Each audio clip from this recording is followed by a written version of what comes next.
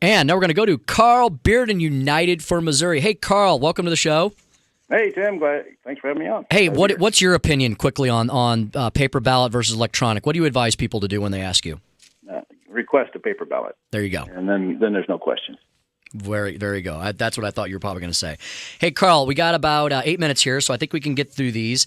So you tell me, I've got them all in front of me. Tell me which ones you want to focus on. Go ahead and hit me with one. Let's start with whatever you want to start with out of the gate. Okay, well, Amendment 2, 3, and 4 are the worst ones.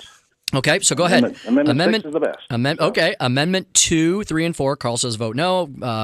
Vote yes on Amendment 6. So that's your overall view. Amendment 2, campaign contribution limits on the face, Carl. People go, oh, that's great. Get these politicians in line. Don't let them have any money. Curtail their money. All this money in politics. Oh, how horrid. What say you?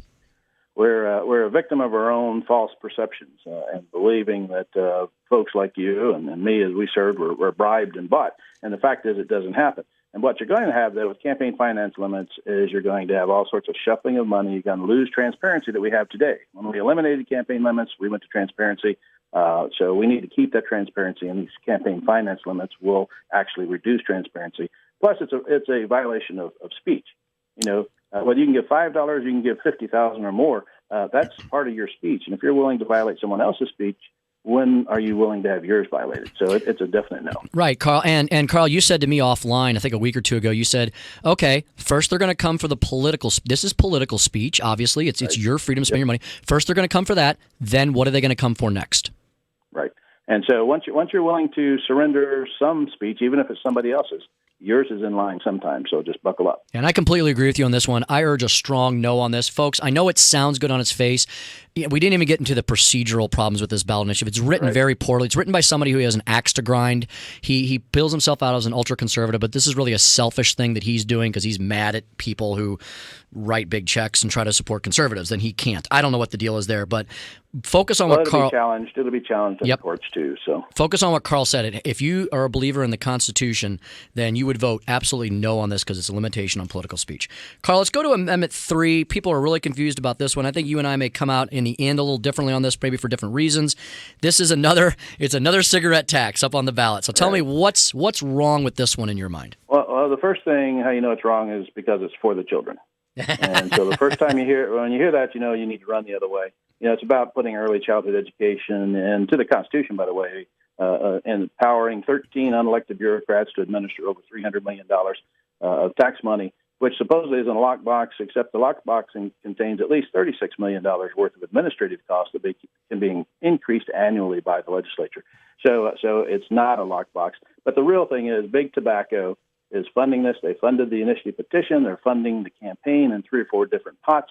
And what they're really after is to have a 750% tax increase on their competitors, which would enable them, of course, to increase their market share. So this is all about Big Tobacco stamping a higher tax on their competitors and walking away with another $300 to $500 million worth of market share. Now, it's not for the kids. What would you say to the argument, though, that folks say this allocable share problem where Little Tobacco, which is really not that little, these are multi-million-dollar companies as well, they're benefiting from the loophole that allows them to not pay into the Master Settlement Agreement Fund, whereas Big Tobacco does, and so you have an unlevel playing field on the free market. What do you say to that issue? There are a couple things. First is Big Tobacco is the one that lied to Congress about the health effects of their product. Big Tobacco is the one who lied to the American public about the health effects of their product.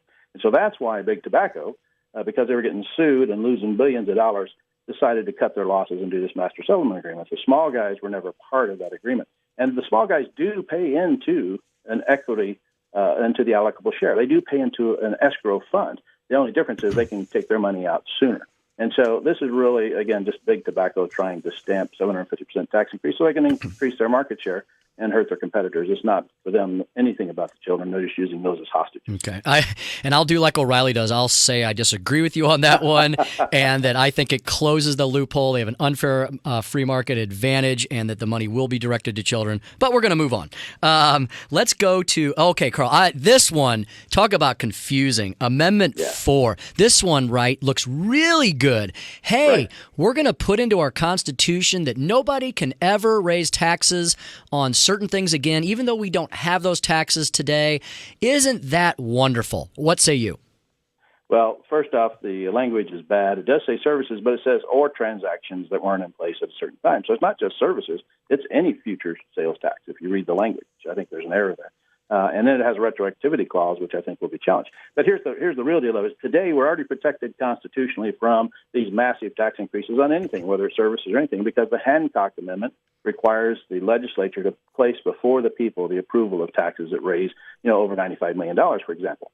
And so we're already protected by the Constitution. And so what do you have to do to raise taxes today? You have to put it on the ballot. And then people have to be convinced to vote yes, and then you raise the taxes. That is exactly what will happen, even if we put this in the Constitution. The only thing is now we will be putting taxes, specific taxes, in the Constitution, and that's a bad idea. It's bad policy. And, Carl, like you always say, let's look at who's behind this. And so let's peel back the onion, Carl, and what's really going on here? So the Realtors, they paid to have this initiative petition signed and get all signatures. They're paying for the campaign, the National Realtors, mainly because they are opposed to any income tax reform that would possibly eliminate the mortgage interest deduction. And so it's a self-serving issue. They're convincing all these service companies that the legislature is poised. They're just breathing down their necks any minute to implement a service. Yes, I mean, it could happen just now. And that's not at all happening. It's never been talked about raising service taxes. The only time even services come up is when they're talking about the elimination of the income tax.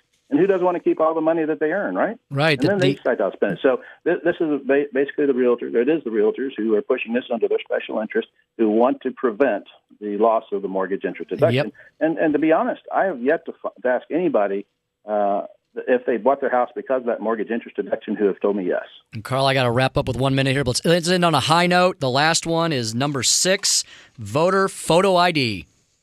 Amendment 6 is a definite yes. We need the constitutional authority to implement voter ID. And as you know, House Bill 1631 was passed this year and vetoed by the governor, which would have implemented statutorily voter ID. They overrode it in veto session. Now we just make sure that we have the constitutional authority to do it. And you go in and vote Amendment 6 yes. And starting in January 17, we'll have voter ID started implementing in the state of Missouri. And Carl, the website is? UnitedForMissouri.org. We've got all this in a lot more detail about all of the amendments and more detail. Awesome. Carl Bearden, thank you so much for joining us. That was excellent. I really appreciate all the detail. You bet. Thanks. Hey, have a great weekend. Carl Bearden, UnitedForMissouri.org. You can read all about those amendments there. Tim Jones in for Marc Cox. We got so much more ahead. Show Me Institute, Eli Yoakley, and more. FM News Talk 97.1.